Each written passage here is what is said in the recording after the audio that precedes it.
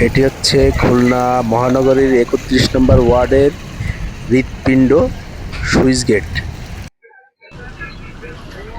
এই গেটটি নির্মাণ কাজ প্রায় শেষের পথে, কিন্তু রাস্তার কাজটি পুরোপুরি এখনো শেষ হয়নি, যার ফলে এই সরু পাইপ দিয়ে এলাকার যত পানি, এই পানি নামতে পারছে না। টোটাল ড্রেনেজ ব্যবস্থা এই সরু পাইপেই আটকে রয়েছে। তার উপরে যখন প্রবল বৃষ্টি পড়ছে, তখন বৃষ্টির পানি এলাকায় জমে বন্যা সৃষ্টি করছে।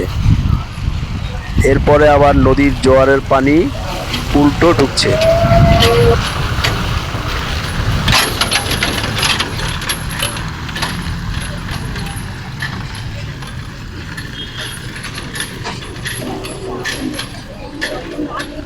কোনো পানি এখান থেকে সরছে না।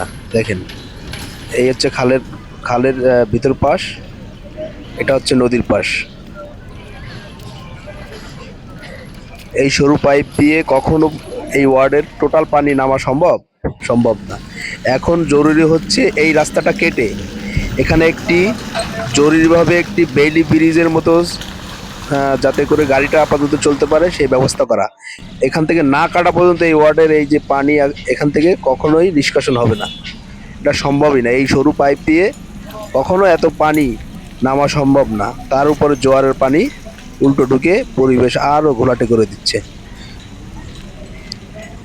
এই যে হচ্ছে নদী এখন ভরা, কিন্তু গেট তো আমরা যতদূর জানি গেটের কাজ কমপ্লিট। এই সরু পাইপ দেখেন, এখান থেকে কোনো পানি বের হচ্ছে না। টোটাল এলাকা তলিয়ে গেছে। এই হচ্ছে খালের অবস্থা।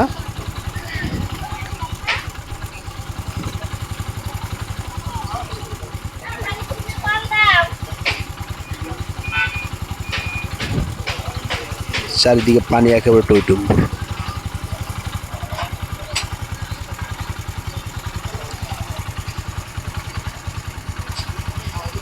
এটা একটি মহানগরী এলাকাকে বলবে?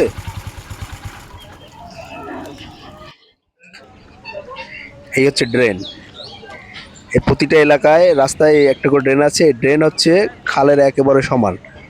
তো এই ড্রেনে যদি কোনোভাবে কোনো গেট সিস্টেম করে দেওয়া যায়, তাহলে এই জোয়ারের পানি আর ভিতরে ঢুকবে না।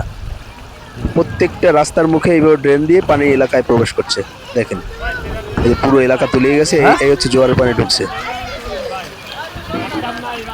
এই খালের এই পাশে ড্রেনের মুখ। এখানে যদি কোনো কিছু দিয়ে আটকানো যেত, কোনো গেট সিস্টেম করে দেওয়া যেত, তাহলে আর এলাকায় এইভাবে জোয়ারের পানিটা প্রবেশ করতো না।